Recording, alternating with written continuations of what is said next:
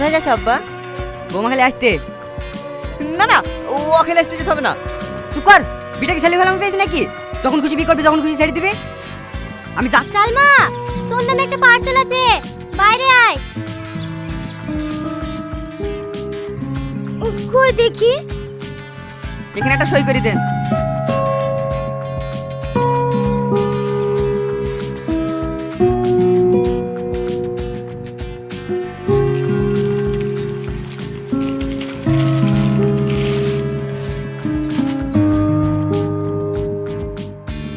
তুমি আমার সাথে ডিভোর্স চেয়েছিলে না, তোমাকে তাই দিলাম। তুমি আজ মুক্ত। আমাকে ছেড়ে যদি তুমি সুখে থাকো, তাতেই আমি খুশি। তোমার সুখের পথে কখনো কাটা হয়ে দাঁড়াবো না। তুমি ভালো থেকো। আর হ্যাঁ, তোমার এই পাগল প্রেমিকের তো লাখ লাখ টাকা ছিল না, তবুও ইচ্ছে ছিল বইয়ের শখ পূরণ করা। তাই আমি বিদেশে গিয়েছিলাম। এই জানো, আমি দিনরাত পরিশ্রম করে আমার যেন শখের জিনিসটা কিনেও ফেলেছি। কিন্তু নিয়তির কি খেলা দেখো, যা শখ পূরণ করতে বিদেশে গিয়েছিলাম, এসে দেখি তাকেই হারিয়ে ফেলেছি। তাই তার শখের জিনিসটা তার কাছেই পৌঁছে দিলাম।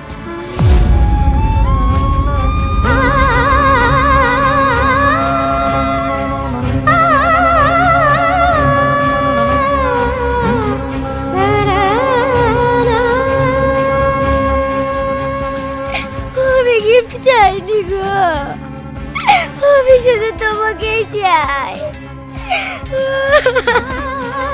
হ্যালো বন্ধুরা, বিচ্ছেদ নাটকের দ্বিতীয় পর্ব আপনাদের কেমন লেগেছে তা অবশ্যই কমেন্ট করে জানাবেন।